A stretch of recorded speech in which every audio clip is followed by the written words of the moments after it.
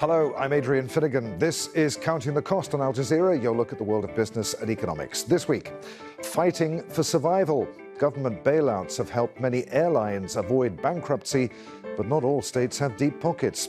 And who would be thinking about starting an airline in the midst of a pandemic?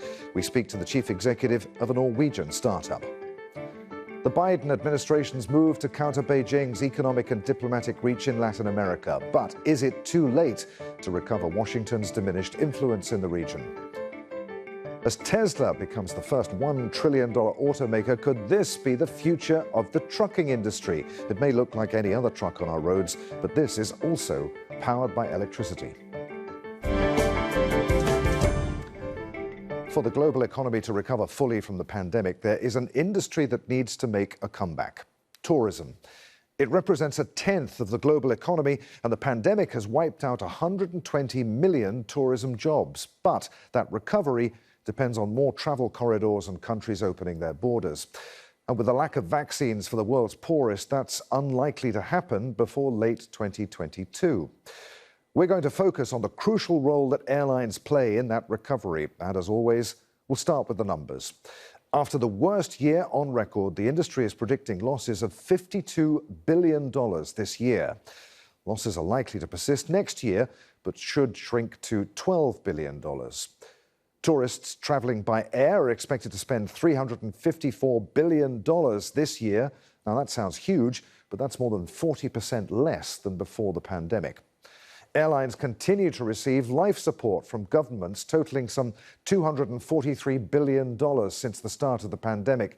Carriers in this region, the Middle East, which rely on international traffic, have been fortunate to have the support of state aid. Qatar Airways received $3 billion, but still cut 15%, or more than 13,000 employees from its workforce. Regional rival and one of the most profitable airlines, Emirates, made a loss of $5.5 billion last year and received more than $3 billion from Dubai's government. In the US and Europe, governments opted for a mixture of loans and furlough schemes to keep airlines flying. But not all governments have deep pockets, and some airlines are struggling for survival. For example, AirAsia X has liabilities of $8.1 billion, half of which is due to cancelling airplane orders from Airbus. The Malaysian low-cost long-haul airline is working on a deal to pay just 0.5% of the debt that it owes. Neighbouring Thai Airways, back in June, won a court order to restructure debts of $12.9 billion. However, the airline was in difficulty well before the coronavirus pandemic grounded many flights across the globe. And then there's Indonesia's national carrier Garuda, which is on the brink of bankruptcy. The Indonesian government is devising a takeover plan if the company is unable to renegotiate leases and restructure its debt. Al Jazeera's Jessica Washington reports from Jakarta. At Indonesia's largest airport, passenger traffic is on the rise as domestic tourism enjoys a resurgence. After months of relative quiet, travel restrictions at major airports around the country are easing as the number of COVID-19 cases falls. It's a welcome change for the country's aviation industry, but it may not be enough to save one major player. Drowning in debt, the country's oldest airline, Garuda Indonesia, is edging close to bankruptcy. It's not a pretty picture in terms of the debts amounting to hundreds of trillions of rupiah, which is coming up to billions. This is the largest debt that Garuda has had so far in its history. The pandemic had a severe impact on the flag carrier. Passenger numbers have fallen by 90%, and flight frequency has reduced from 400 to less than 100 flights a day. The airline's total debt is now $4.9 billion, and the company faces several lawsuits over unpaid debts. It's very difficult to imagine in Indonesia with a Garuda, but there has to come up. There has to be a point where somebody says enough's enough. Clean up, or you're gone. The airline's CEO, Irfan Setiaputra, told Al Jazeera steps have been taken to turn the company around, including renegotiating airplane leasing costs and restructuring loans. He says the reopening of international borders offers more hope. Like many airlines around the world, Garuda Indonesia has struggled through the pandemic because of travel-related restrictions. But Garuda's financial woes started long before the pandemic, and now the flag carrier faces an uncertain future. Aviation experts say Garuda Indonesia has struggled to compete with low-cost carriers, grappling with weak earnings while paying for a large and expensive fleet of aircraft that are mostly leased. Analysts also say the airline's management persisted with unpopular routes, which became known as ghost flights due to a lack of passengers. Garuda actually facing financial distress just back before pandemic. So 5 years earlier, we see some of the operational costs of Garuda is increased dramatically, and then some of the international flight, for example, Jakarta-London, is not proved profitable. The airline is still mostly owned by the government, and the Ministry of State-Owned Enterprises has proposed rebranding a state-owned charter service, Pelita Air, as a passenger carrier to replace Garuda, or putting in more state cash. The ministry declined an interview with Al Jazeera. The option of the bankruptcy liquidation of Garuda is very feasible option right now. And also about the state budget. If the government bail out the Garuda, it needs more than 4.9 billion. And on the other hand, the Indonesia government is still focusing on the major infrastructure project that need more funds. Under pressure to resolve the crisis at Garuda, the government faces a difficult choice: either try and save the failing airline or let it collapse. Well, against that backdrop, imagine trying to start a new airline. I'm delighted to say, joining us now is someone who's doing just that. Bjorn Tore Larsen is Chief Executive of Norwegian low-cost airline Norse Atlantic Airways. He's joining us from Washington, D.C. via Skype. Bjorn, really good to have you with us. Why now? Is this really the right time to be starting an airline when so many others are struggling? That's a good question, but we think it is exactly the right time to do so. If there ever was a time, it would be now. And the reason for that is that due to the pandemics, a lot of airlines had, unfortunately, to ground their aircraft and to cease operations. And that has made us able to acquire a good number of very modern aircraft at record low prices. So we are starting off from a point that nobody have done before. And secondly, we have an abundance of people who are very keen to join this airline and who want to build something new and fresh. It doesn't mean that we will start operating right now, because that might not have been that wise, again, due to pandemic. But this is exactly the right time to create a foundation for what is going to be a competitive and affordable low-cost carrier. And do you think that you're going to be able to crack the long-haul discount market after Norwegian Air's exit from transatlantic routes? You're even taking some of the staff who worked on that operation. Is history going to repeat itself, or are you turning over a new leaf here? We are a totally new company, and we have nothing to do with the other airline. Having said that, we have taken on a few people who have been with that airline and experienced in transatlantic flying. And also, we have made an historic agreement with the American Flight Attendants Union, AFA, by ensuring that many of the previous flight attendants that were working on some of Norwegian's aircraft are actually going to join our airline, which is great for us and also very good for the employees. What about... But our model is very different than other airlines. We are a point-to-point carrier. We have very little complexity in our model, and that is much of the reason why we can have the lowest cost in the industry. All right, but one of your competitors is JetBlue, who started to fly across the Atlantic too. It's a really tough sector to fly, to be competitive on, isn't it? It's very competitive, and competition is great. JetBlue is also a great company, and I have deep respect for what they are doing. They are targeting perhaps a little different market than we are. They are, I would say, their product is more directed towards the business market than ours, probably. But we acknowledge that there is many competitors, and we have respect for them, and we think competition is very good, both for the consumer, but also for us.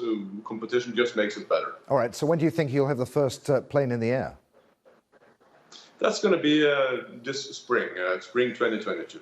Okay, how long do you think it's going to take the airline industry to return to some semblance of pre-pandemic normality? Of course, it depends on how the coronavirus develops going forward, but we see that in domestic America, for example, or within Europe, you are close to pre-pandemic levels. And the reason for that is that regulations have eased so that people can actually travel. And we think the same thing will happen in long haul when regulations are eased. I think this is really the key. People really want to travel. There is a pent-up demand for people who want to travel, but right now they're not allowed to. We estimate that 2022 will be not perhaps at pre-pandemic levels across the Atlantic, but getting close there. 2023, we think is going to be a good year for long haul, and 2024, in our estimation, will be the time where we will be beyond or above the levels that we had before the pandemic. But obviously, there are a few unknown here, and one of them is how this virus develops going forward. Something like 40 airlines collapsed during the pandemic. Do you think we're going to see more collapsing before things actually begin to improve? Yeah, well, I think you will always see airlines collapsing, either because of strategy, cost structure, or whatever they have. And that will happen both in a crisis situation like now and normally due to competition. And that might very well happen again. We see airlines who have already announced that they will need more capital in order to be able to survive. But I don't necessarily see that the big wave is going to be hit right now, as those have probably already been severely affected. But again, it depends on how every company is capitalized. And what about jobs? With so many lost during the course of the pandemic, do you think we'll ever get those jobs back, or are we now perhaps more at realistic numbers for the airline industry? I think, well, the sad thing is that a lot of jobs might have been lost permanently. People have found other industries, and today it's actually hard finding people for many airlines and other aviation companies due to people who left the industry are not coming back. And the second thing we are seeing is that there is an acute shortage of pilots in many areas in the world. In America, for example, where I'm right now, there are not enough pilots. So several airlines are struggling to fly due to lack of competent crew. And this is a trend we think is going to strengthen as we get back to normality in the airline business, which of course is a challenge for us all. And our ambition is to be the best employer of air crew, both pilots and flight attendants. And by taking good care of our people, we think they will take care of the company and will be an attractive employer. But we recognize it's going to be tough to find the best people. Bjorn, you're a brave man. We wish you the very best of luck with it. Thank you so much for being with us on Counting the Cost. Really good to talk to you. Thank you very much. As China accelerated its economic expansion in Latin America, the Biden administration is moving to counter Beijing's trillion-dollar Belt and Road Initiative with an initiative of its own called Build Back Better for the World. But as Al Jazeera's Lucia Newman reports now from Santiago, Chile, it could be too little, too late to recover Washington's diminished influence in the region. For South and Central America, the new North is East, especially China. And it should come as no surprise. In just 20 years, China's trade with the region has soared from less than 18 billion to more than 315 billion. Everywhere you look, U.S. products have been replaced by Chinese goods. During the Cold War, and in fact way before that, the United States considered Latin America its backyard, employing its famous carrot and stick policy to ensure that its interests were respected. Today, it's not the American, but the Chinese presence that's far more visible here. And it goes way beyond cheap Chinese imports. 19 Latin American and Caribbean countries have joined China's signature Belt and Road Initiative, a $1 trillion transcontinental trade and infrastructure network. It includes key infrastructure projects, cyberspace, energy industries, transportation hubs, roads, telecommunications, agriculture, and even military training. Here in Chile, as in Brazil and Argentina, Chinese COVID vaccines have been made widely available as part of a new and aggressive medical diplomacy strategy. It reflects China's global soft power and influence. In this case, a bit too close to home for Washington's liking. The United States tends to view this in geostrategic terms and tends to see this in terms of China somehow securing outsized influence beyond the economic sphere in Latin America. U.S. diplomats and the Pentagon have expressed concern about, quote, predatory trade practices that they argue are giving China excessive geopolitical leverage. Adding insult to injury, in June, longtime U.S. ally Panama joined the Dominican Republic and El Salvador in switching recognition of Taiwan for China. Another sign of how much Washington's leadership and influence in the region has diminished. It's in this context that the Biden administration is launching an offensive called Build Back Better for the World, or B3W for short, to compete with China's Belt and Road Initiative. And for the United States, this is strategic. When we think about our global stature, enhancing the prosperity, the economic prosperity of our friends is at least as important as our military might. Washington says its proposed infrastructure program will be values-driven and transparent, focusing on digital technology, health and health security, climate, and gender equity and equality. This is amusing, kind of like a guy who's ignoring his girlfriend, then notices that he has competition and suddenly realizes that he really wants her. In any case, I don't know how strong this proposal to contribute to Latin American infrastructure can be if the United States still can't agree on its own domestic infrastructure program. This as China is considering a transcontinental railroad linking Brazil in the Atlantic to Chile in the Pacific, after having just signed a $4.7 billion accord with Argentina to revamp its railway infrastructure. I think that there are some things that China has been providing that the United States is simply not in a position to do. The fact of the matter is that China is now the largest trading partner for Peru, for Chile, for Brazil, for Uruguay, for Paraguay. That's not going to change. But Hirschberg argues that the United States can and should identify areas where it can be a dynamic and constructive partner with Latin America, such as renewable energy or the transfer of technology. Unlike China, Latin America and the U.S. do share cultural ties. But there's also a checkered history, which is why most Latin American countries are watching Washington and Beijing compete for their favor, convinced that when it comes to trade, being monogamous is no longer in their best interests. Tesla joined an elite club of companies valued at more than $1 trillion. That's after it landed one of the biggest orders for electric vehicles from the rental car company Hertz. Now, if anything, the deal finally cements the electric car's rise from a niche product to the future of the auto industry.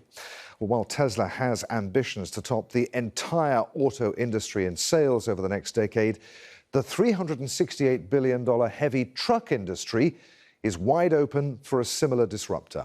A gaggle of big names dominate the sector and have plans to start electrifying their vehicles. Tevva, a British electric truck startup, has raised millions of dollars to roll out its own environmentally friendly delivery trucks. With an electric charge, the truck can cover 250 kilometers, and with a hydrogen range extender, can do 500 kilometers. Well, let's talk to the director of Tevva right now. David Thackray joins us from London via Skype. David, good to have you with us. What do you make of Tesla's extraordinary market capitalization? Well, I think the first thing you would say is it is extraordinary. It's uncanny, isn't it, that by now they exceed the market cap of the other 10 top players in the market. And when you consider that they were only at maybe $40 2 years ago, now to be at 1,040 is a remarkable achievement. And I think it demonstrates how the investment community of this world sees which way the automotive industry is moving. All right, so what progress is being made in your part of the industry, the truck industry? There's you. What about the competition? Well, I think you'd say progress is slower. I think the progress is slower primarily because the main incumbent players haven't contributed, if you like, in the same way. Yes, obviously we're out there doing the best that we can. There are others along with us, but you could look at people like BYD, you could look at people like Lion, Hyzon, Arrival. There's a good number of new market entrants in the game. But it is those new players that are driving the heavy truck industry, not the incumbent players. I wanted to ask you about that.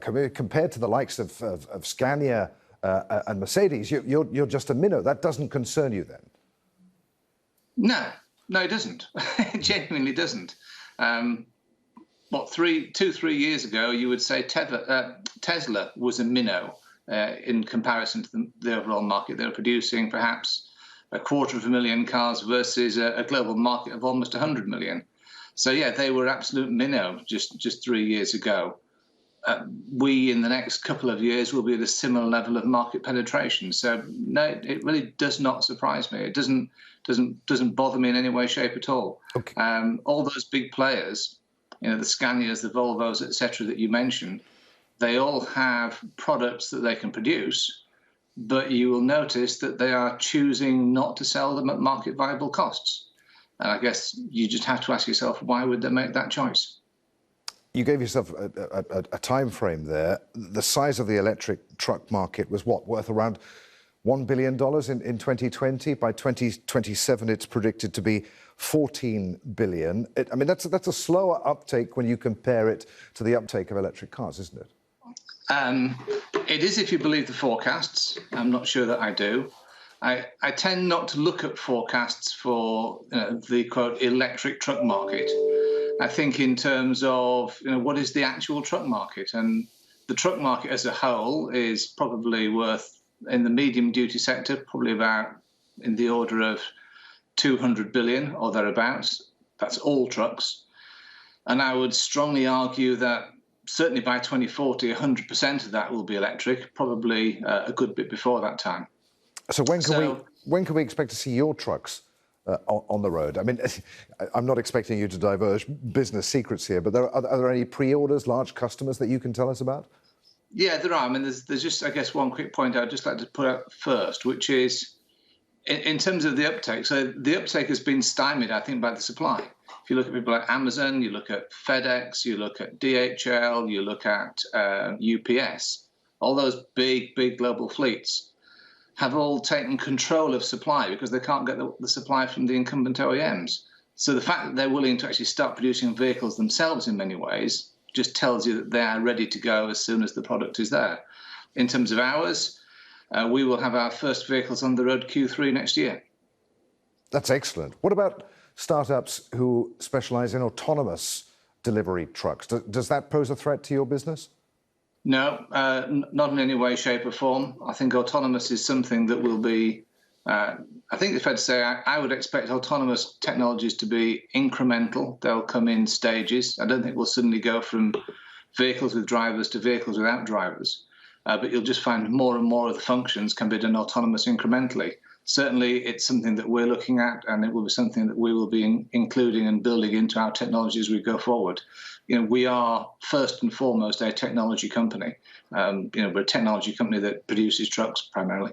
And one final question, David. Why would you choose the UK as a manufacturing base, given that the post-Brexit trading difficulties that we're seeing right now? I think straightforwardly, the UK is where we were born. The UK is where we've grown up. The UK is not the place that we will be manufacturing solely. We will continue to manufacture in the UK, make no mistake about that. There's a great skill base in the UK. And as I say, it's our home. But equally, as we go forward, we will be opening manufacturing capability within mainland Europe and certainly within North America. We wish you all the best, David. Good luck with it. Many thanks indeed for being with us. Many thanks. Thanks for having me on.